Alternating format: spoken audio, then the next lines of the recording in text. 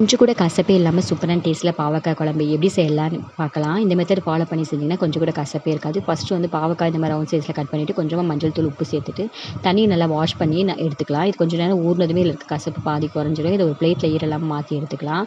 Next நம்ம பேனில் 2 spoon நல்லெண்ணெய் சேர்த்துட்டு எல்லா பாவக்காயும் இந்த மாதிரி ஃப்ரை பண்ணி எடுத்திங்கன்னா முழுசாக கசப்புலாம் போயிடும்.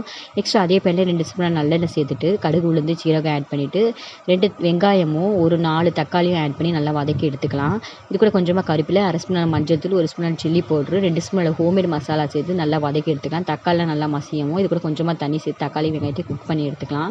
இப்போ குழம்புக்கு தேவையான உப்பு சேர்த்துட்டு ஒரு எலுமிச்சை சைஸ் புளியை வந்து நம்ம இதில் கலக்கி ஊற்றிக்கலாம்.